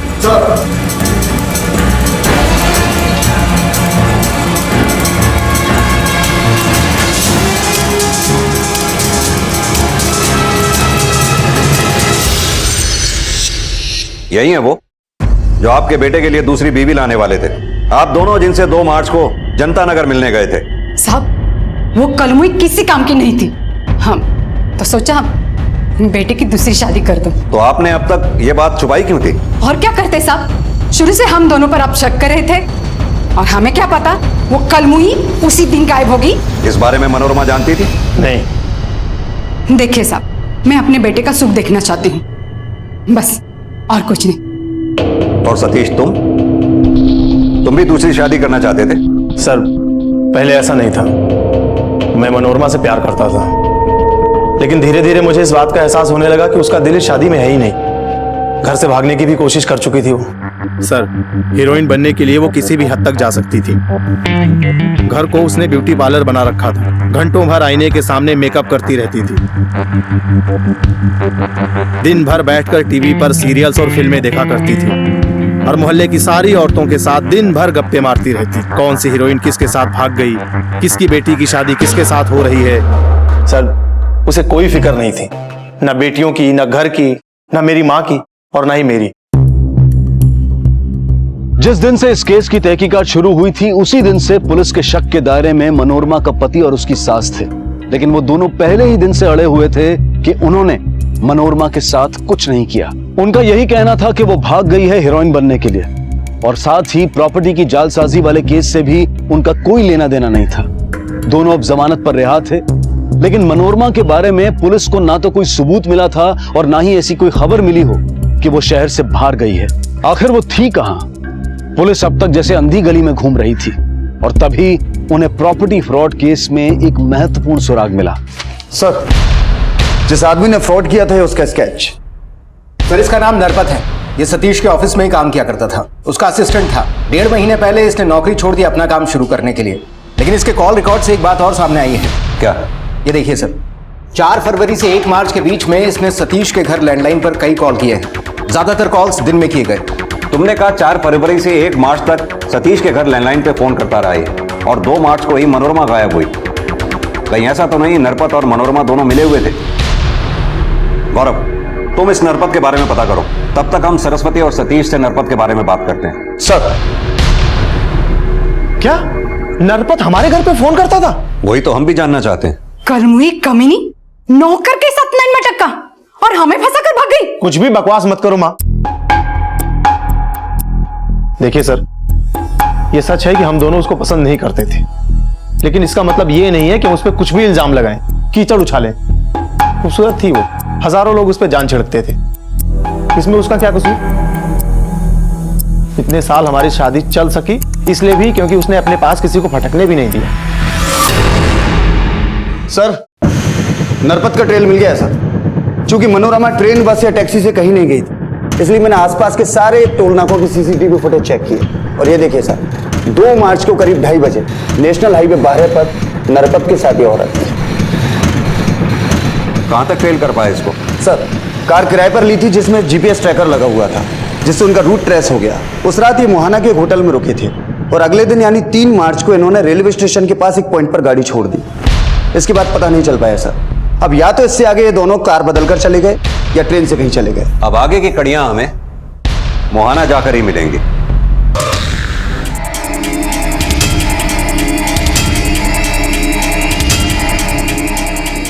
हाँ सर, ये दोनों आए थे यहाँ पर। रुके, मैं 1 मिनट आपको बताती हूँ।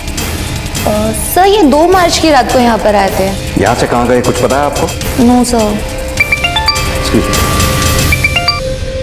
हाँ भरत बोलो। सर कार मिल गई है, रेलवे स्टेशन की पार्किंग में खड़ी है। कुछ पता चला ट्रेन से वो कहाँ गए? सर वो लोग ट्रेन से तो कहीं नहीं गए, क्योंकि ना तो सीसीटीवी फुटेज में नजर आए और ना ही उन्होंने कोई टिकट खरीदे। ठीक है। यहाँ से सर 2 किलोमीटर दूर पटरी पर सर वहाँ एक लाश मिली है। न जाने कैसी पत्थर दिल माँ मिली है इन्हें, छोड़कर भाग गई।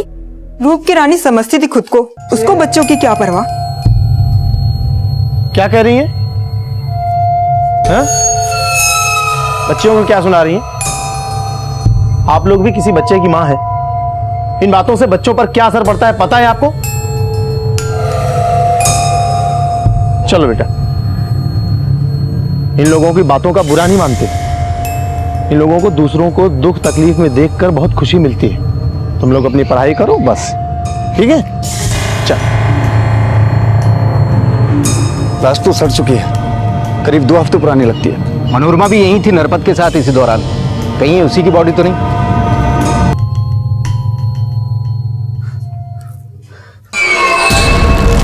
सर ये मनोरमा है, ये साड़ी और गहने उसी के हैं। बॉडी सड़ चुकी है, पक्का ये मनोरमा ही है? शादी के बाद 12 साल साथ में गुजारे, आंखें इतना धोखा नहीं खाएंगी। ये मनोरमा ही है सर। आइए।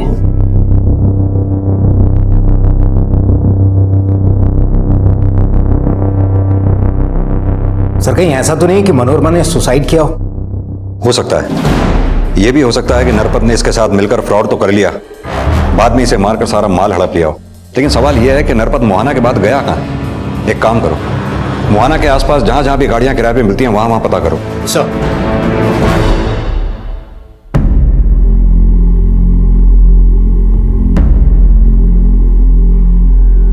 माला, तू उदास मत हो। मुझे लगता है कि हमारी मम्मी जिंदा है, वो वापस आ जाएंगी। सच में दीदी? हाँ। आओ, आ जाओ। सर ये मुनीराम है, मोहाना से। इसका कहना है कि जो लाश हमें मिली थी वो इसकी बीवी की है। व्हाट? ये कैसे हो सकता है? सतीश ने शिनाख्त की है? आप मोहाना थाने फोन लगा कर पूछो साहब। मेरे पत्नी के गायब होने की रपट मैंने लिखाई थी, मैंने उनको फोटो दिखाया तो उन्होंने बताया कि एक ऐसी ही लाश मिली थी।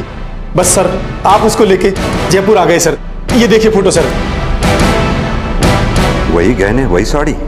यही मेरी कमला है साहब, यही साड़ी पहनकर घर से गई थी साहब। और डॉक्टर साहब बोले कि अब मां नहीं बन सकती, तो निराश थी और एक दिन घर छोड़कर चली गई साहब। तो फिर सतीश ने शिनाख्त क्यों की?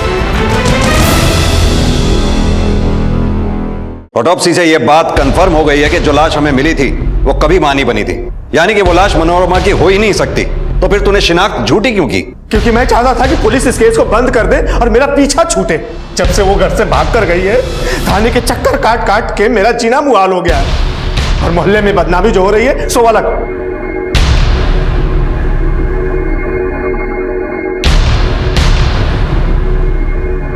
नानी, आप यहाँ? मैं तुम दोनों को घर ले जाने आई हूँ। अब से तुम उन गंदे लोगों के साथ नहीं रहोगी। नानी, हम नहीं चल सकते। मम्मी लौट के पापा के घर ही आएंगी ना?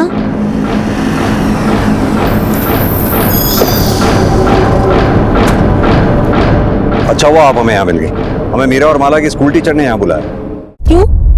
आज बहुत अजीब बात हुई, इसलिए आप लोगों को बुलाना पड़ा। मीरा और माला को अक्सर बच्चे परेशान करते हैं और हम उन्हें रोकते हैं, लेकिन आज मीरा ने कहा कि उनकी माँ मरी नहीं है, जिंदा है और वो सबको सबक सिखाने वापस आएगी। ऐसा ही इसने मुझे भी कहा था साहब। मीरा बेटा, आपने ऐसा क्यों कहा कि आपकी मम्मी वापस आने वाली है? क्योंकि वो मरी नहीं है, मैंने उनको टीवी पे देखा था। टीवी पर? कब? सर मीरा की बात बिल्कुल सही थी, ये देखिए।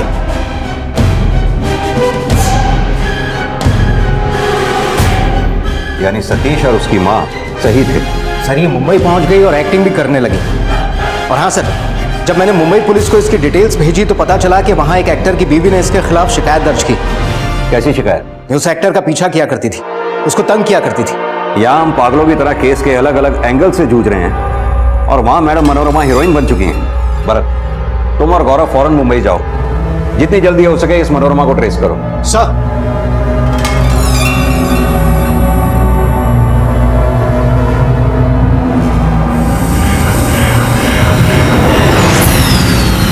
अरे भाई साहब ठीक है, आपको लगी तो नहीं ना बिल्कुल भी?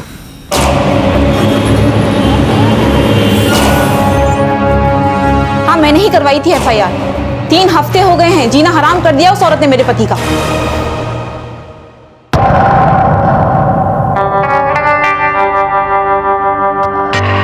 She is an obsessed fan, पागलों की तरह पीछा करती रहती है, शूटिंग पे, शॉपिंग मॉल में। अब तो हद हो गई है, घर के बाहर भी खड़ी रहने लगी है, बार बार मानव से मिलने की कोशिश करती रहती है। कहीं ऐसा तो नहीं इसका एक एंगल और है जिसके बारे में आपकी पत्नी नहीं जानती? मतलब कहीं ऐसा तो नहीं कि इस फैन को हवा आप ही ने दी है? होता है ना ऐसा भी, आखिर एक्टर हो। सर, फैंस की कोई कमी नहीं है, आई एम टेलिंग यू। लेकिन एक पागल और बेवकूफ औरत के पीछे क्या मैं अपना करियर खराब करूंगा?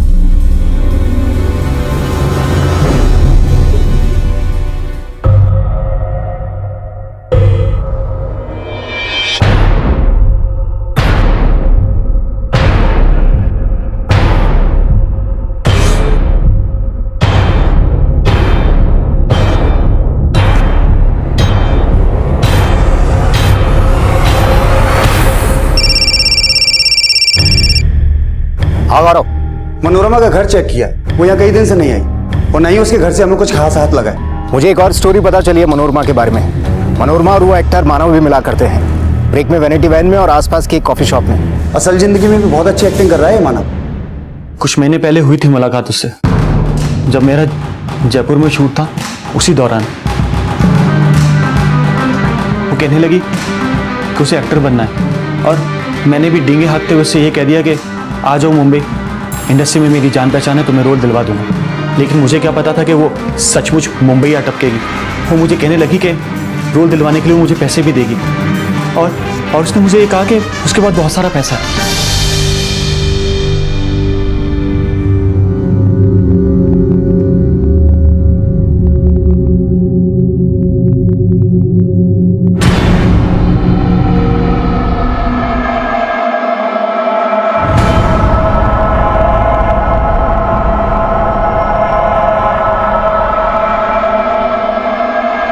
पापा, कोई ना हमारा पीछा कर रहा है। अरे नहीं बेटा, कोई पीछा नहीं कर रहा है, ये वहम है।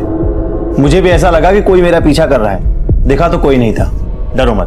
क्या ये दोनों 3 मार्च को आपके यहाँ गाड़ी किराए पे लेने के लिए आए थे? हाँ सर, आए थे और एक गाड़ी किराए पर ली थी। आपकी गाड़ी में जीपीएस लगा हुआ है? हाँ सर बिल्कुल। मुझे उस गाड़ी के पूरे सफर का ट्रैक रिकॉर्ड चाहिए। भरत ने कहा था कि मनोरमा के पास मुंबई में काफी पैसा है। दोनों नरपत और मनोरमा यहाँ से एक साथ निकले। हो सकता है ये फ्रॉड दोनों ने मिलकर किया हो। मनोरमा ने एक बैंक अकाउंट खोला, टीवी शो के पेमेंट का चेक और 30 लाख रुपए एक साथ जमा कराए, लेकिन अगले ही दिन 2 लाख रुपए विड्रॉ कर लिए और उसी दिन उसकी मानव से फोन पर 6-7 बार बात हुई। फिर दोनों गोरेगांव के एक रेस्टोरेंट में मिले शाम के 4 बजे। 4 बजे के बाद दोनों की फोन लोकेशन एक ही थी और ये उसी रेस्टोरेंट का बिल है। 2 लोगों के ड्रिंक्स और खाने का ऑर्डर था। ये करीब 4 हफ्ते पहले की बात। मानव और मनोरमा के बीच कुछ तो चल रहा है, लेकिन ये मनोरमा है कहाँ? मानव, अब हमें तुझको एक्टिंग सिखानी पड़े इसके लिए मजबूर मत कर। मनोरमा से किस बात के पैसे लिए थे तूने? मनोरमा से पैसे? एक्टिंग नहीं, सच, सिर्फ सच। 10 मार्च को तू कहां गया था, क्या खाया, क्या पिया, सबका प्रूफ है हमारे पास। अब सच यहां बताएगा या थाने में? मैंने उससे पैसे लिए थे उसको काम दिलवाने के लिए और 1-2 छोटे मोटे काम भी दिलवाए, लेकिन उसके सपने बड़े थे। लीड रोल करना चाहती थी। झूठ बोलना बंद कर। तू जयपुर से उसके साथ इस फ्रॉड में शामिल है। कौन से फ्रॉड की बात कर रहे हैं आप? इसे देखा है कभी मनोरमा के साथ? नहीं सर, मैंने इसे कभी नहीं देखा।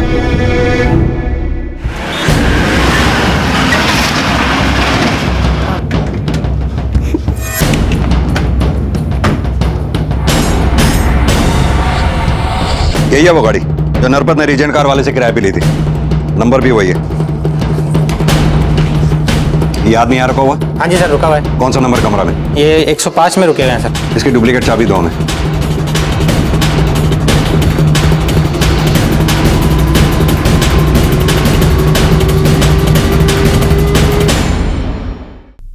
अब और पिटेगा या बोलेगा?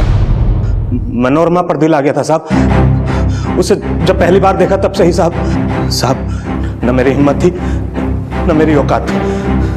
एक दिन मनोरमा खुद मेरे पास आकर बोली कि उसके पास पैसा कमाने का एक आइडिया है। वो जानती थी साहब मैं बहुत सारा पैसा कमाना चाहता हूँ, और मैं भी साहब इतना तो जानता ही था कि वो हीरोइन बनना चाहती है। तो ये सारा प्लान मनोरमा का था?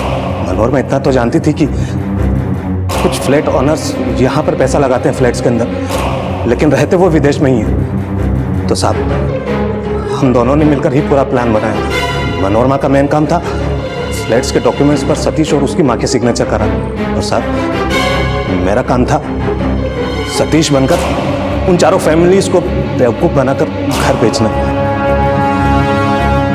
पैसे लेकर हम दोनों शहर छोड़कर जाने वाले थे।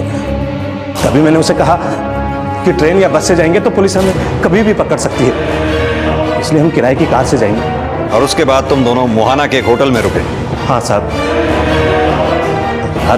दोनों ने एक दूसरे के साथ अच्छे से बिताई, और अगले ही दिन साहब मैंने उसके हिस्से का पैसा देकर उसे किराए की कार से मुंबई भेज दिया। यानी तेरे कहने का मतलब है कि मनोरमा ने अपनी मर्जी से वो रात तेरे साथ बिताई? हाँ साहब। उसके बाद कभी मनोरमा को तूने फोन किया? नहीं साहब। सतीश ने यह बात पूरे विश्वास के साथ कही थी कि मनोरमा दूसरे मर्दों को अपने पास पटकने तक नहीं देती थी। तो फिर मनोरमा नरपत के साथ उस रात राजी कैसे हो गई, या फिर नरपत के साथ मिलकर अपने पति और सास को फंसाने के लिए मान कैसे गई? सर मुंबई से भरत सर ने भी यही जानकारी दी। मनोरमा ने मानव को पैसे दिए, लेकिन उनके बीच ऐसा कोई रिश्ता नहीं था। हेलो, क्या? ठीक है आप वहीं रुकिए, हम पहुंचते हैं। सतीश की मां का फोन था, सतीश गायब है। आपने सतीश को आखिरी बार कब देखा था? सुबह नाश्ता करके ऑफिस जा रहा था, बोला 1 बजे खाने पर आ जाऊंगा। वो 1 बजे आया ही नहीं, इसलिए मैंने 2 बजे उसे मोबाइल पे फोन लगाया। मोबाइल स्विच ऑफ आ रहा था। फिर मैंने ऑफिस में फोन लगाया तो पता चला वो ऑफिस गया ही नहीं। सैनी, सतीश की कॉल डिटेल्स और उसके फोन की लास्ट लोकेशन पता करो जल्दी। सर।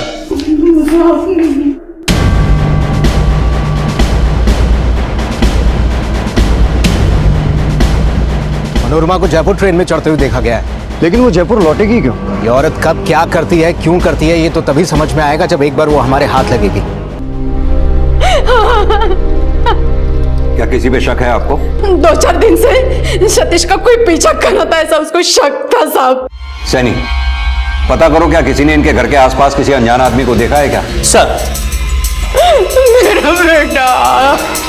सर, ये इन्फॉर्मेशन तो पक्की है। मनोरमा जयपुर ट्रेन से निकली थी। मनोरमा के जयपुर आने की खबर और सतीश के लाश मिलने की खबर दोनों एक साथ ही आई हैं। पर सर वो ऐसा क्यों करेगी? इतनी मुश्किल से तो यहाँ से भागी थी, वापस आई भी तो क्यों? अगर मनोरमा जयपुर में है तो इसने अपने बच्चों से या फिर अपने पति से कांटेक्ट करने की कोशिश जरूर की होगी। ये सतीश के कॉल रिकॉर्ड्स दोबारा से चेक करो।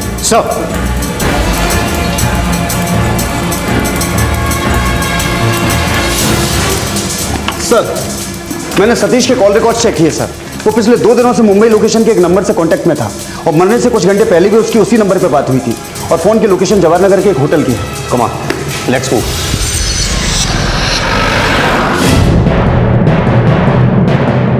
जरा चेक करके बताइए इस नंबर का गेस्ट कोई आपके यहाँ ठहरा हुआ? जी सर।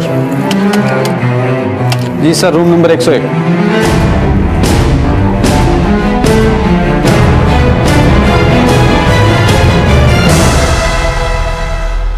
हाँ सर, मैंने और नरपत ने मिलकर ही जालसाजी की थी। मैं हीरोइन बनना चाहती थी सर, और मुंबई जाने के लिए बहुत सारे पैसों की जरूरत थी। नरपत ने कहा वो मेरी मदद करेगा। मैंने उस पर भरोसा किया सर, और इसलिए उसके साथ चली गई। रास्ते में हम मोहाना के एक होटल में रुके। पैसे देना तो दूर, उसने मेरे साथ जबरदस्ती। तुम्हारे साथ इतना सब कुछ हुआ तो फिर घर वापस क्यों नहीं गई तुम? किस मुंह से लौटती सर? माँ के पास भी नहीं जा सकती थी। नरपत चाहता था मैं उसके साथ रहूं, लेकिन मैं मौका पाते ही सारे पैसे लेकर मुंबई भाग गई सर। वहाँ कुछ दिन स्ट्रगल करने के बाद मुझे एक सीरियल में एक रोल भी मिल गया। तो फिर तुम अब जयपुर वापस क्यों आई? सर मैं अपनी बच्चियों के बिना नहीं रह सकती। मैंने सोचा मैं अपनी बच्चियों को अपने पास मुंबई ले आती हूँ, इसलिए जयपुर आई। यहाँ आकर मैंने सतीश को फोन किया। मैंने उसे कहा कि मैं उसे डिवोर्स दे दूंगी, उससे कोई पैसों की डिमांड भी नहीं करूंगी, बस वो मेरी बच्चियां मुझे दे दे। मुझे पता था सर, मेरी सास मेरे पति के लिए वैसे भी दूसरी बीवी ढूंढ रही थी, पर सतीश ने मना कर दिया। उसने मुझे धमकी दी कि मैं अपनी बेटियों के पास भी न दिखूं। उसने मुझे कहा चाहे कुछ भी हो जाए, वो मीरा और माला को मुझे नहीं देगा। इस बात में हमारा बहुत झगड़ा हुआ सर। और इसी झगड़े की वजह से तुमने सतीश का कत्ल कर दिया? नहीं सर, नहीं, मैंने सतीश को नहीं मारा। सर, हमने मनोरमा का कमरा और पूरा सामान चेक किया, लेकिन मर्डर वेपन नहीं मिला। सर ये उस्मान है, तीरथ नगर में ऑटो चलाता है। इसने बताया कि इसके ऑटो में कुछ दिन पहले एक आदमी बैठा था जिसने सतीश का पीछा किया था। चेहरा याद है तुम्हें उस आदमी का? हाँ जी साहब, याद है।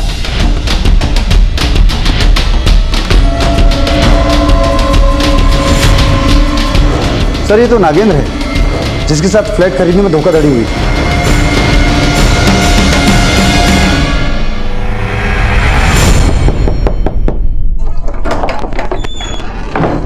देखो इसे जरा। कहाँ मुझसे चले आ रहे हैं? अभी पता चल जाएगा। सर इनके बैकयार्ड से मिला। जिंदगी भर की कमाई वो फ्लैट खरीदने में गई। सरकारी नौकरी में हूं, आप खुद ही सोच लें कितना कमाता हूं, कितना बचाता हूं। सोचा था बाकी की जिंदगी बड़े आराम से अपने घर में बिताऊंगा। कभी सपने में भी नहीं सोचा था कि मेरे साथ इतना बड़ा धोखा होगा। लेकिन तुम्हें तो ये बात अच्छी तरह से पता थी कि सतीश ने तुम लोगों के साथ कोई धोखा नहीं किया। मैं नहीं मान सकता साहब, कोई नौकर इतना बड़ा फ्रॉड अपने मालिक की पत्नी के साथ मिलकर। हमारे डॉक्यूमेंट्स पर सतीश का ही साइन थे। अपना बदला पूरा करने के लिए एक निर्दोष आदमी की जान ले ली। अपने परिवार को बचाने के लिए एक इंसान का पूरा परिवार बर्बाद कर दिया। ये भी नहीं सोचा कि कैसे जिएंगी उसके दोनों बच्चियां बिना बाप के।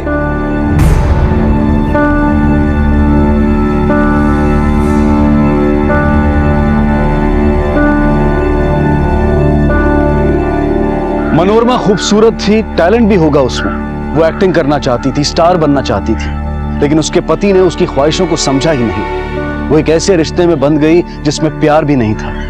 उसकी नजर में सिर्फ घुटन ही थी उसकी जिंदगी। पर इस कैद से छुटकारा पाने के लिए उसने जो रास्ता चुना वो गुनाह का था। इसमें ना सिर्फ उसकी अपनी जिंदगी बर्बाद हुई, बल्कि उसके पति की जान भी चली गई और उसकी दोनों बेटियों के सर से बाप का साया भी उठ गया। कौन सही था कौन गलत था ये कहना मुश्किल है। जैसा कि हमने पहले भी कहा कि हर इंसानी रिश्ता एक रहस्य है, एक पहेली। और आज तक ना तो कोई ऐसी किताब बनी है और ना ही कोई ऐसा शास्त्र बना है जिसमें वो सारे सूत्र हों जो एक इंसानी रिश्ते को फ्लॉलेस यानी कि पूरी तरह से निर्दोष बना सके। इसी विचार के साथ अब मैं अनूप सोनी आपसे विदा लेता हूं। फिर मुलाकात होगी अगले एपिसोड में एक और चौंका देने वाले केस के साथ। तब तक अपना और अपने परिवार का ख्याल रखें और देखते रहें क्राइम पेट्रोल डायल 100। सबक एक को, सीख हम सबको। जय हिंद। इस तरह के और भी एपिसोड देखने के लिए हमारे चैनल को सब्सक्राइब करें और बेल आइकन दबाना ना भूलें।